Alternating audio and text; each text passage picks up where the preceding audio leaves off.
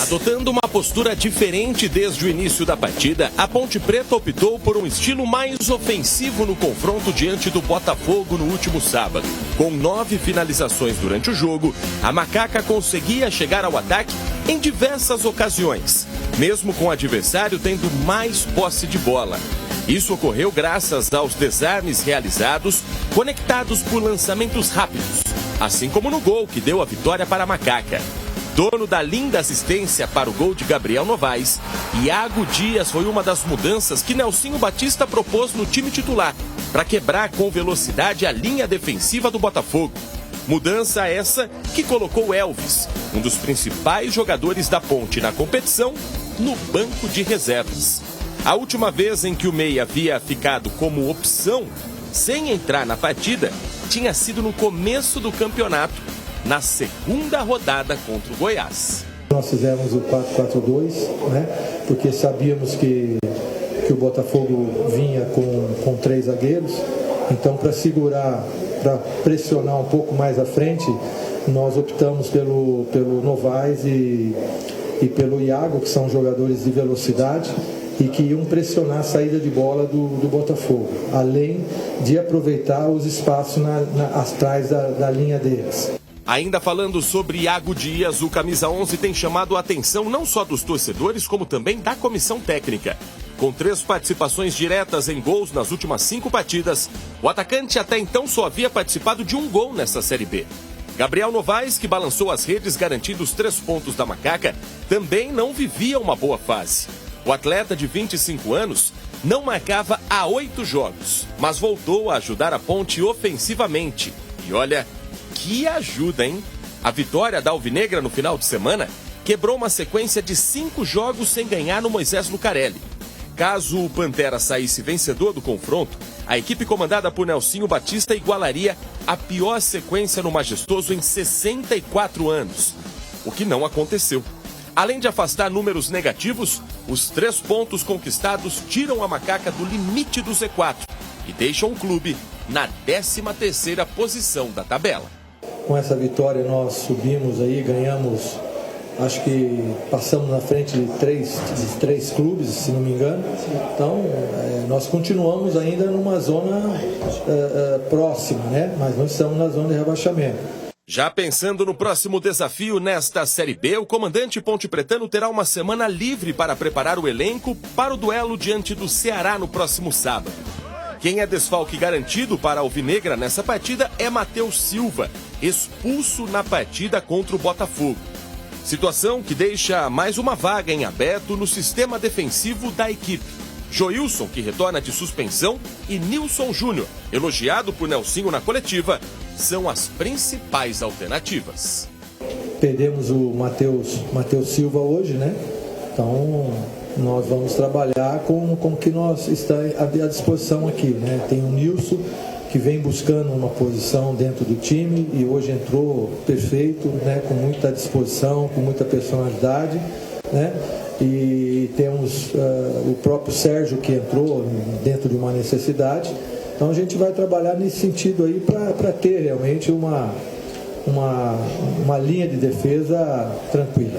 A Ponte vem tendo problema com a sua defesa ao longo da competição. É a segunda defesa mais vazada.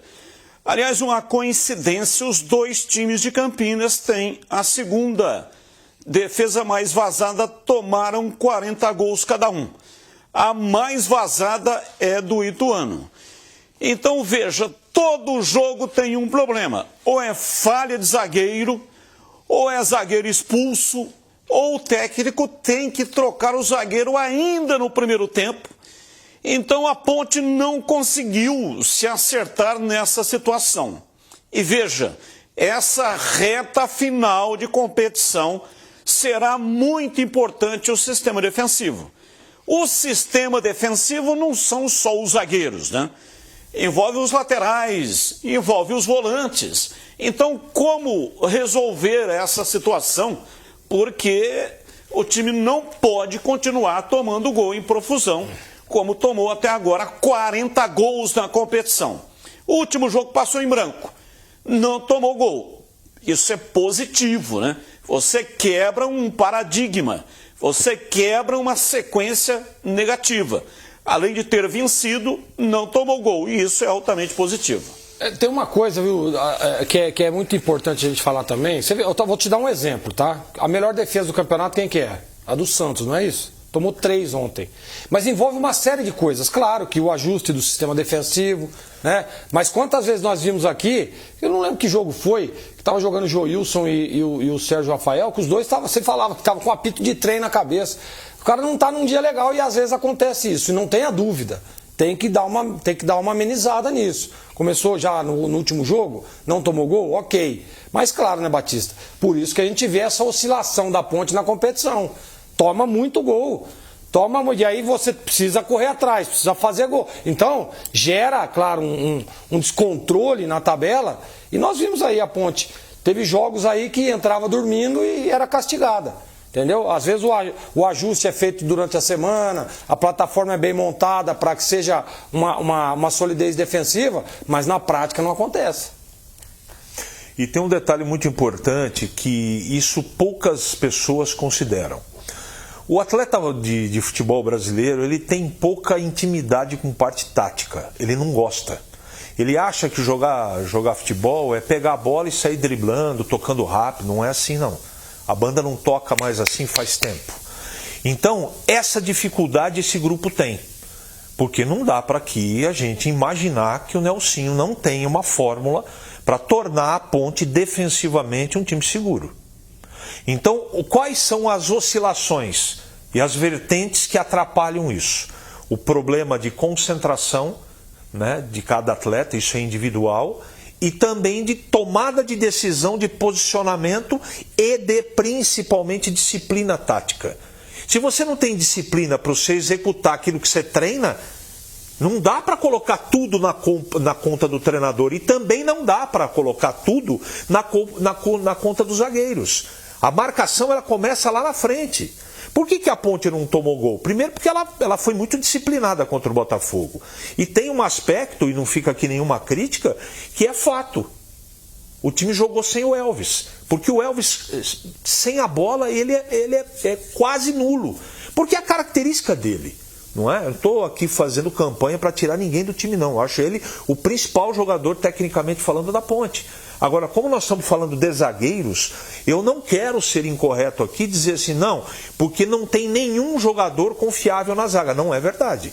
Não é verdade. Eles estão em uma fase, estão, como outros jogadores em outras posições também estão. Até hoje, por exemplo, você crava, quem é o lateral direito titular da Ponte? Você tem uma duvidazinha, você pode ter sua preferência. Eu também, o Gleger também. E na lateral esquerda? Qual é o cara que dá conta do recado? Tem uma ou outra opção. Na volância, quem é o dono da posição mesmo? Você percebe como o time é muito irregular e ninguém crava esse cara, tem que ser... Ou, que nem o Gé. O Gé é absoluto para mim, por exemplo. É o Gé e mais 10, certo, Gleger? Certo. Agora, nas outras posições... Pedrão também, né? Pedrão também. Também. Vamos tirar essas duas. Qual é outro jogador que é titular incondicional na Ponte? Então, o time sofre com essa irregularidade pela essa falta de disciplina também. Porque se o atleta é disciplinado defensivamente, Batista, o time não toma gol. Ou toma muito menos gols. A Ponte tomou cada gol bobo nesse campeonato, que é um absurdo. Erros coletivos e individuais. O que é isso? Também problema de concentração. É exatamente isso que eu estava tentando colocar também, na minha opinião. Mas o CH tem razão, cara, quando ele fala. Sabe por quê? Porque até para o treinador, uma visão como técnico, tá? Quando você tem esse tipo de situação descrita pelo CH agora, eu quero dizer que eu concordo, é difícil. É difícil, sabe por quê? Porque é a mesma coisa a gente comentando aqui. A gente está comentando aqui, o Batista está jogando de lateral. Pô, mas por que ele não coloca o CH? Pô, mas o Batista tá mal, por que ele não... Aí o CH entra e fala, bom, viu? Mas por que tirou o Batista? Então, essas dúvidas é que às vezes acabam. Regis. Todo mundo cobra Por que não coloca o Matheus Aí Feixes? a hora que coloca, todo mundo aí quer que tire. Aí quer que tire. É exatamente. Mas sabe o que é isso aí? É o que o CH estava falando agora. É essa instabilidade técnica. Que o cara joga num ferro, outro na ferradura, não é isso que falava antigamente? Muito instável. A gente conversava defensivamente agora sobre o jogo do Santos. Você assistiu o jogo do Santos contra o Goiás? Nossa! Você viu o que aconteceu em 10 minutos? Você acha que o Santos pode tomar 2 gols em 10 minutos? Da maneira que foi? Falhando esse, falhando aquele? O que é isso? Isso é uma série de componentes. Falta de concentração, jogador mal preparado psicologicamente, jogador indisciplinado, sem a bola, acha que só pode... eu jogo no Santos, sou gostosão, pai, eu boto a bola no chão e ganho a hora que eu quero. Não é mais assim. O campeonato é um campeonato extremamente equilibrado. Todo mundo tem que correr pra caramba, né, Gleger? Para poder vencer uma partida. Então, o cara que não tiver consciência tática... São 2 jogos diferentes. Quando você tem a bola e quando você não tem a bola. Se o atleta profissional não entender isso, vai ter dificuldade, não tem jeito. Olha, o jogo é contra o Ceará. O jogo será lá. A Ponte vai enfrentar talvez o jogo mais difícil dela na competição até aqui. Verdade. Eu também acho. O Ceará é candidatíssimo. E perdeu, né? E perdeu pro Sport. Mas perdeu foi um jogo parelho, exatamente. Jogou no pau. O que eu quero dizer é que assim, ele vem precisando vencer. Também. Porque perdeu, né? Exato. É justamente então, por isso. Não pode cometer esses erros. Não. Futebol é jogo de erros. Não existe jogo com erro zero. Às vezes eu ouço, né? Temos que jogar com erro zero. Não existe. Durante os 90 minutos, mais os acréscimos, os erros vão acontecer. Então tem que minimizar os erros. Errar o menos possível. E a Ponte está errando muito acima da média. E por isso perdeu jogos que não poderia ter perdido. Especialmente em casa. Então esse é o tipo do jogo que se a Ponte errar, vai sair de campo. E tem um detalhe importante que nós estávamos falando agora da questão dos pendurados. Isso aí também é uma questão de preocupação para a Ponte, tá? Porque a gente devido não ao sabe. derby? Exatamente. Tem 8 pendurados. 2 não jogam, né? O Gé tá fora e o Matheus Silva, que também cedo não joga contra o Ceará. Então são 6. Então são 6 jogadores 6 à pendurados. disposição que estão pendurados. Então aí você vai... Vocês acham que devia poupar? Não, eu acho que não, Batista. Os mesmos pontos do jogo do Ceará são os mesmos do Guarani. Então não adianta, o campeonato é disputadíssimo, equilibrado. Você quer essa coisa de concentração que você acabou de tocar no assunto? Você que está em casa preparando o seu almoço, se você fizer um arroz sem concentração, você pode queimar a mão. E basicamente o que é fazer? Ou colocar sal demais. Ou queimar o arroz. Ou queimar o arroz. Exatamente. Então, uma coisa tão simples de se fazer, e você que é cozinheiro, parabéns, porque quem cozinha bem tem um grande dom. Parabéns, você também cozinha bem. Não, imagina, isso é bondade sua. Então, qualquer coisa, qualquer atividade que você não faça com concentração, a chance de você cometer um erro é muito grande. No futebol é a mesma coisa. Se o cara está da cabeça voada com algum problema e não está concentrado naquilo que ele treinou, que ele precisa executar, ele vai cometer o erro. Isso serve para qualquer time, não é só para a Ponte. Eu viajei muito, né? Na época tinha que viajar, porque a única maneira que tinha que fazer o jogo era indo lá. Hoje, as emissoras de rádio... Modernidade. Fica todo mundo assistindo na televisão, no estúdio e narrando o jogo. São os tempos atuais. Moderno. Né? Então é assim, é a frase atribuída a Charles Darwin. Não é o mais forte, nem mais o inteligente. Verdade. Vai sobreviver quem melhor se adaptar. Exatamente. Então todo mundo está aí se adaptando. O futebol é muito simples, ao mesmo tempo é muito complicado. Mas eu via na concentração de Djalminha, que jogou no Guarani, com um videogame, permanentemente jogando videogame. Um dia eu perguntei, falei, ô Djalminha, você gosta tanto de videogame assim?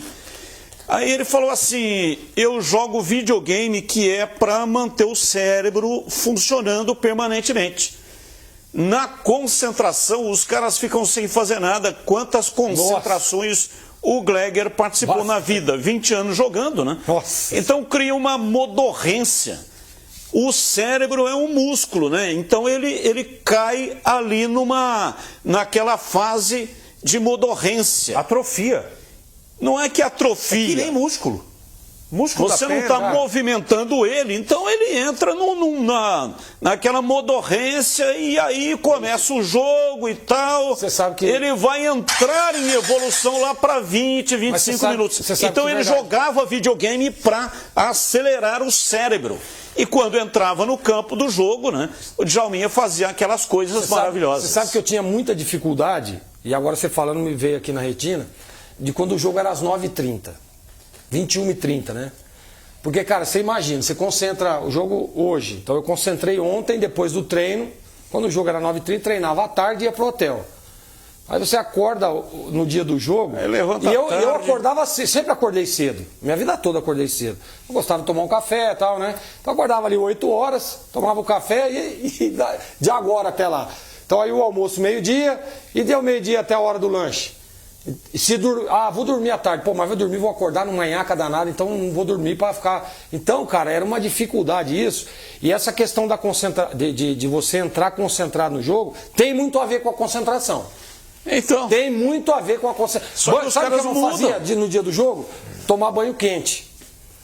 Dá uma moleza danada. Então eu não tomava banho, tomava um banho morno, mas não tomava banho no dia do jogo. Você sabe que tem algumas coisas... Comer alface. Eu não comia alface no dia do jogo. Feijoada. Não, feijoada nem pensar. Tem algumas coisas no esporte, no futebol, que eu não sei por que o futebol não traz de outros esportes, né? Desde que eu me conheço por gente, eu acompanhei basquetebol feminino minha vida toda. Eu comecei minha carreira fazendo reportagem de basquetebol feminino. No dia do jogo, Batista, todos os times treinavam no dia do jogo, mais leve, para justamente tirar essa nhaca do corpo. No futebol não, porque corre tantos quilômetros, mas você pode fazer uma movimentação adaptativa, você pode fazer uma coisa mais leve para manter o cara ligado. Porque a pior coisa, eu concordo 100% com o Gleger, o cara ficar o dia inteiro deitado na cama. Nossa, dá uma nhaca danada, velho. Pô, mesmo que jogue baralho, que tenha resenha. Jogava uma caixetinha de vez em quando. Aí aquele engana que eu gosto ali antes do início do jogo, né? Que todo time vai pro gramado, faz lá as marcações e tal, e faz o engano que eu gosto. Não consegue tirar. Mas aí é o aquecimento, né? É, o aquecimento. Aí o aquecimento também, se não tiver intensidade, o cara entra morto. Porque ou ele cansa, ele já entra cansado, ou ele entra na nhaca. Então tudo tem que ter um equilíbrio.